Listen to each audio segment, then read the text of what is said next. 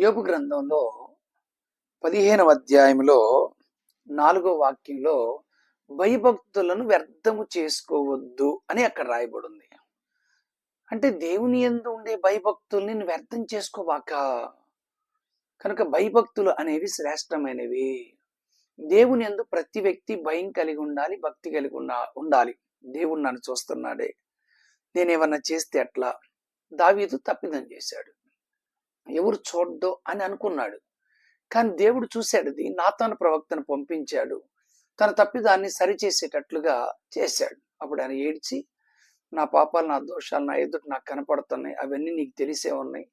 హిమము కంటే తెల్లగా కడుగు, ఇస్సోపుతో నన్ను కడుగయ్యా, నన్ను శుద్ధినిగా చెయ్యి, నీ ఆత్మ నా ఎదురు నుంచి తొలగించొద్దు. నేను ఇలాగున్నాను అలాగున్నాను, సమ్మతి కలిగిన మనసును దయచేయి, మరలా నీతో సమాధానాన్ని అనుగ్రహించన్నట్లుగా ప్రార్థన చేసే ప్రార్థనలో అలాగే ఆయన ఏడుస్తూ ఉంటాడు. అంటే దేవుని యందు భయభక్తులను ఏ వ్యక్తి అయితే వ్యర్థం చేసుకుంటాడో వారి యొక్క జీవితం శాపమైపోద్ది. కనుక దేవుడు అంటే మొట్టమొదటిగా భయం కలిగి ఉండండి, దేవుడు అంటే రెండవదిగా భక్తి కలిగి ఉండండి, భయభక్తులు కలిగి ఉండాలి.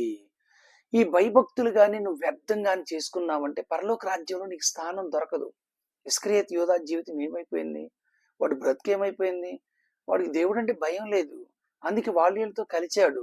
చివరికి వాడికి ఒక తాడు దొరికింది, దాంతో ఉరి పెట్టుకున్నాడు, తలకిందులుగా పడ్డాడు, చచ్చిపోయాడు, పేగులని బయటకు వచ్చి దిక్కుమాలిన సాగు చచ్చాడు.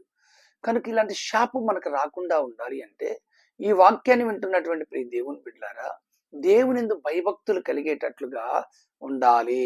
ఆయన యందు భయభక్తులు కలిగిన వారికి ఆయన ఇచ్చే ఆశీర్వాదాలు ఎన్నో ఉన్నాయి. ఒకటి కాదు, రెండు కాదండి, ఎన్నో ఆశీర్వాదాలు ఉన్నాయి.